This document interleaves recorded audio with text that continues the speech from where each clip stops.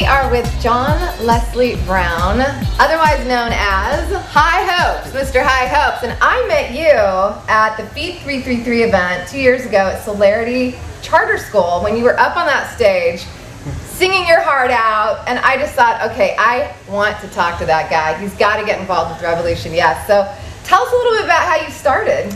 Yes, well, one of the things, my nickname is High Hopes, and High Hopes is an acronym. It stands for Hip-Hop Intellectual Going Higher, helping other people everywhere soar.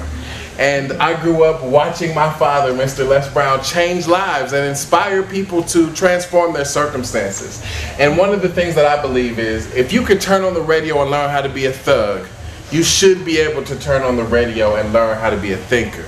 And so that's why I make music, putting motivational principles in hip-hop form. That's fantastic. Well, you know, I've been an entertainment publicist for a long time now, over 10 years in this town, and I left Hollywood actually 5 years ago to reinvent myself and to ask myself, what kind of legacy do I want to leave on society? And I was working with so many young people, you know, so many teens, and I worked with at-risk youth kids, gang kids, and all these different types of kids that were involved with drugs and you name it.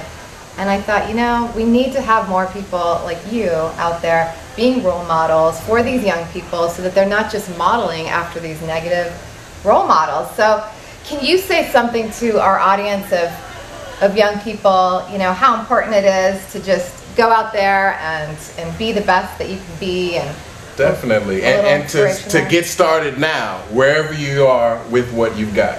Everyone's not going to have a millionaire father to guide them, to coach them, bring out the best in them, but that doesn't mean you can't get started. One of the things that I believe is you should never ask a kid, what do they want to be when they grow up?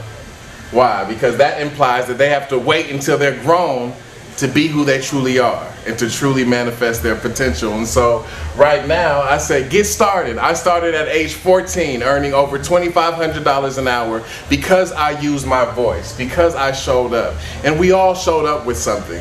Benjamin Franklin said, "Blessed are those that seek nothing, for they shall never be disappointed."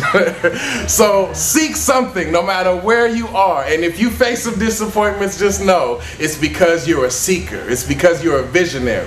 One important lesson that I learned from my father, he always said, impact drives income. Impact drives income. So no matter what age you are, if you want to make a big income, then start making an impact. Live a life of service, because once you make a contribution with your life, once you decide to stand up for something, then your life has value, it has meaning, and there's no stopping you. There's a quote that says, "No one rises to low expectations." I can bring it too. Y'all know ain't a lot of times I'm speechless. Y'all know that. Ain't a lot of times that I am speechless, baby. I'm gonna push back.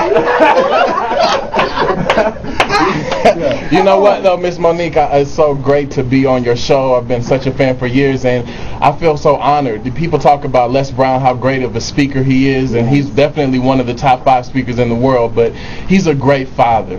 And so my whole purpose in life is to put motivational principles in hip-hop form and pass it to this next generation. Read this quote by Jim Rohn, and he said, "Your life, my life, the lives of each and every one of us will serve as either a warning or an example." Your life, my life, the lives of each and every one of us will serve as either a warning or an example. It went on to say a warning of lack of discipline, lack of drive and ambition, or an example of objectives clearly perceived and intensely pursued. At the Monique show, playing my song. I got a dream. No, I didn't say drink, but don't let the party stop just because a player thinks I would never rock any diamond that was pink. But will you value my mind more than you value my mink? If not, then our value is guaranteed to shrink, and generations to come are guaranteed to sink. So what's the point of civil rights for the race if you get no rights when your mics don't have a big face? We don't want our kids in the paper chase. All leaders must die, but someone must take their place. I got a dream, something like Dr. King. Let's see that truck to have money.